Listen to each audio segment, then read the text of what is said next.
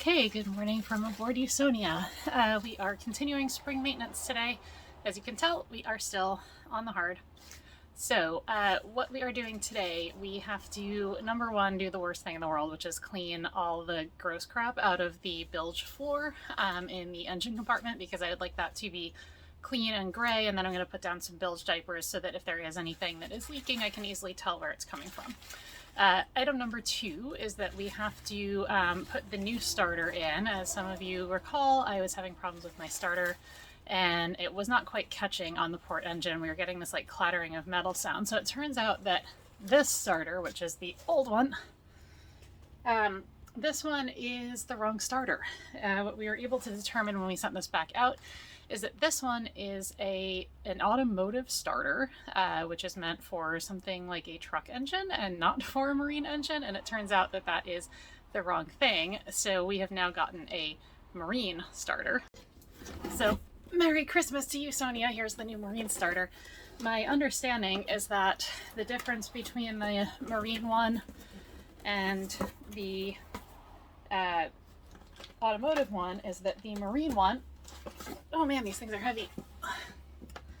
The marine one is a fully enclosed system, and the reason why that is important, and you can kind of tell how this looks slightly different, that would be important because the automotive one has the potential to like spew some sparks, which, as you can guess, I have gas engines. If there is any fuel vapor in the bilge, which we try to get rid of by running the blowers every time, but God forbid you forget, that is certainly a big risk. So we are happily going to be replacing this part today. And then the last thing that we are going to do is that I had been trying to remove the riser, which was a little bit rusted because the gasket had gone a little bad. And so there's a little bit of rust down the side of the engine there. I tried to remove a rusted bolt. I used a cheater bar, which I didn't think was a good idea, but I got conned into it. Used the cheater bar and ended up breaking the bolt.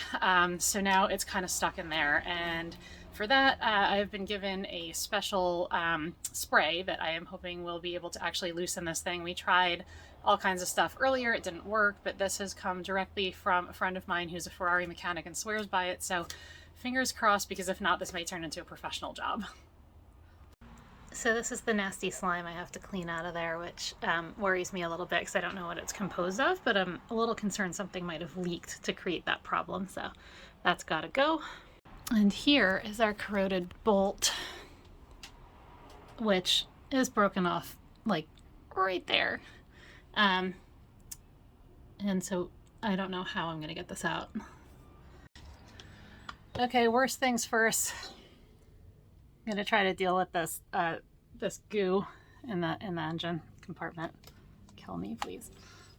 Oh yeah, there you go. All right, so I'm just going to take this scraper and try to like scrape most of this into the drain hole so that I don't actually have to like touch it with my hand. And oh my god, it has a film on it, dude. There's like a black nasty metallic film.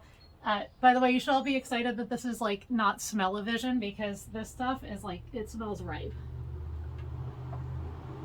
It's going though.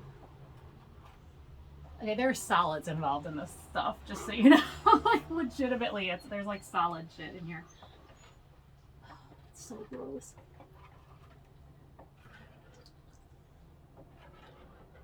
All right, so while I'm down here in the engine compartment, Dad is going to take the Dremel tool and try to drill out a little bit of this riser bolt.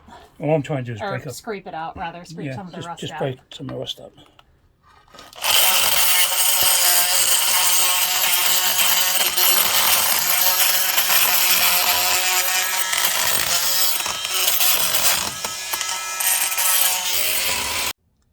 Okay, so the last time that we tried to get it out, we were using this penetrating oil, and that wasn't quite getting the job done. So this time what we've gotten is something called Worst Roast Off.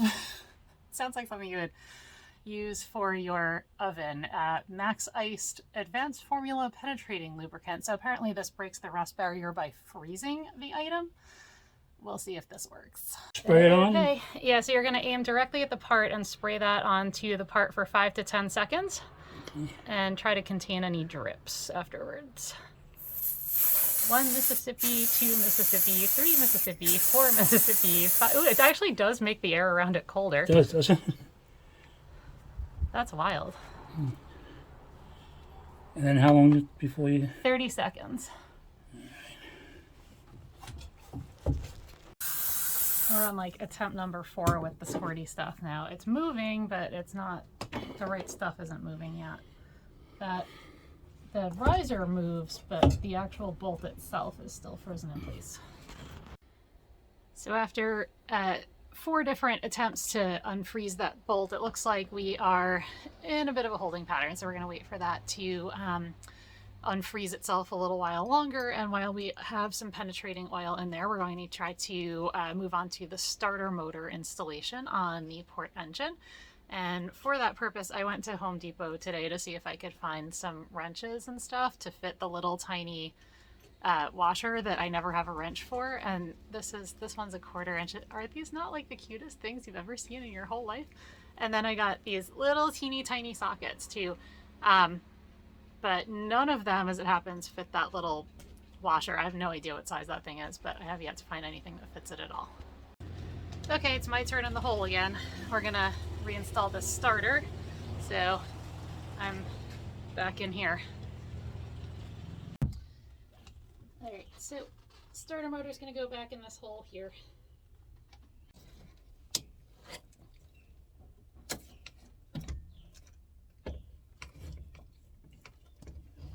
All right.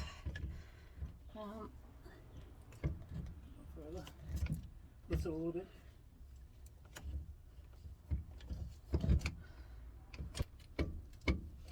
Lex, you see the white wire on the left-hand side there? Yeah. Just lift that out of your way. It's yeah, okay. That? That's fine. I have a bad feeling this doesn't fit.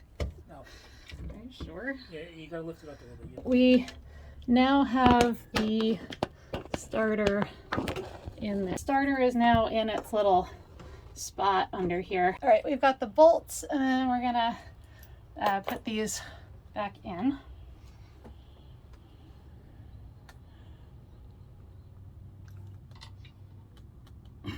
Huh, that does not look great. That way, okay. Now that looks like it might actually go in right there.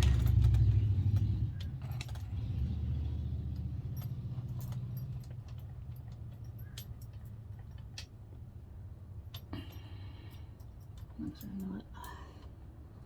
That don't look right either. You have to turn the motor a little bit. Yeah, I'm trying to like line up the. It's just like ever so slightly off. Let me see if I can start with this one because actually, you know what? I'll try this one more time.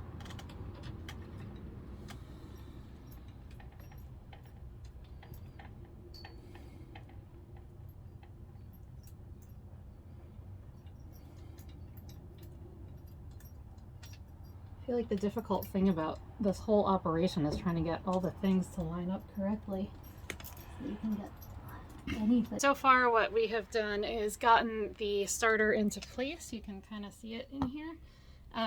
But the problem is that aligning the bolts with the washers has been really difficult. So we finally got both of them in, but I have to go back and put this washer on because we did it without the washer in order to like not lose the bolt every time. So now I have to try to go back and do this all over again with the second bolt. We have it in here. It was really tough to align the 2 bolts because they're difficult to see at this angle, but they are currently hand tight, so we're gonna go in here with some tools and just tighten those up. And goodbye to my manicure. We're gonna have to redo that. Next order of business will be to reattach these cables. So this is the battery cable, and then we have these that go to the engine here. So basically this one and this battery cable go together. By the way, make sure your batteries are off once again before you do this. And then we have a little connector that this goes into, mainly because we just do not have a wrench for that tiny little washer and whatever else that goes on there. Orange. Red.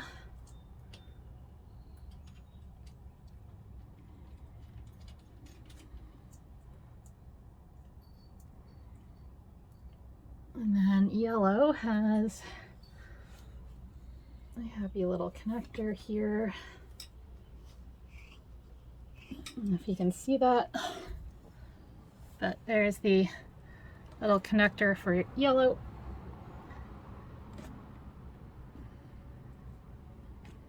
I'll slide those together. Oh, is that okay that that's exposed like that, or do we? We'll tape it. We'll tape it. Okay. That is now all assembled. Look how beautiful and shiny that all is. All right, folks. Ta-da! We have a starter in the boat. So, all right, now we have 2 engines. Both of them have starters. I guess we'll have to go back to the riser next. Having not had all the success we hoped for with freezing it, we're now going to try a little alternation. So Dad's got the heat gun. We are trying to heat this thing now, and hopefully that will get it to loosen up enough to turn. And I guess we can, are we going to alternate with the freeze after that?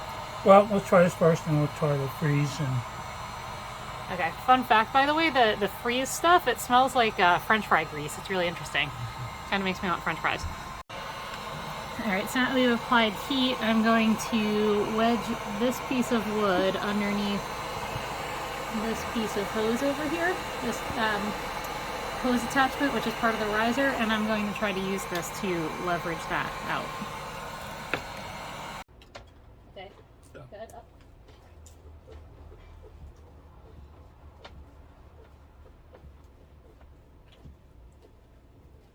I feel like it's moving more than it did. it did, I think so too. But you can see the whole bolt's moving. I mean, everything is. It's still stuck together. Well, while we are waiting for that to cool, I am going to try to check this zinc that's here in the heat exchanger. Or maybe I'm not.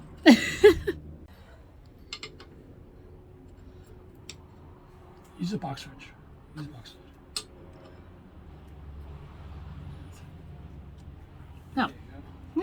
Well, that made a whole hell of a lot of difference, didn't it? It's all a matter of leverage. I'm not holding it, just selfie stick. She come out by hand now. Oh! Duh! God damn it!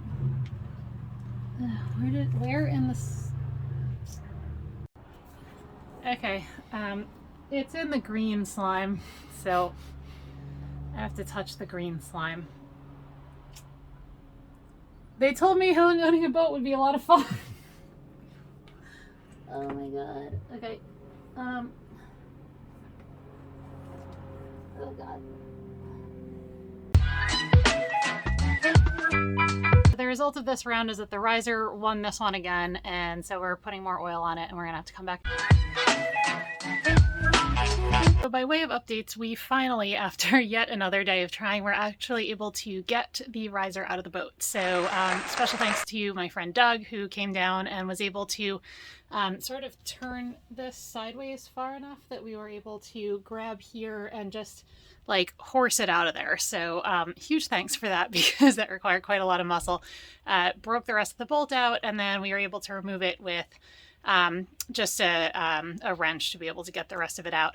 So with that, we have repainted. We now have a beautiful new gasket and the repainted riser, and we are pretty much done with that project. Hooray! So installing some last hose clamps, and it's off we go.